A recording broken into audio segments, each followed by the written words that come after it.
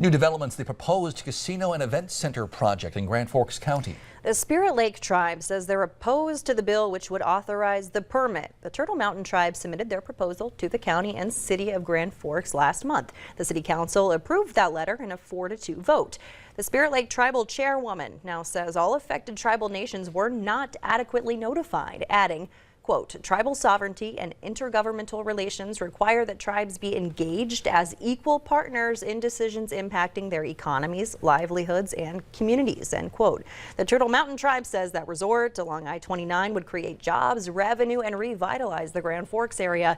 Spirit Lake says it threatens to divert critical revenue away from existing tribal casinos. After being in prison for nearly 50 years, Leonard Peltier is set to be released this month. He's convicted of 2 counts of murder following a 1975 shootout on the Pine Ridge Reservation, resulting in the death of 2 FBI agents. President Biden chose to commute his sentence in the last moments in office, a few days before the documentary Free Leonard Peltier premiered at the Sundance Film Festival.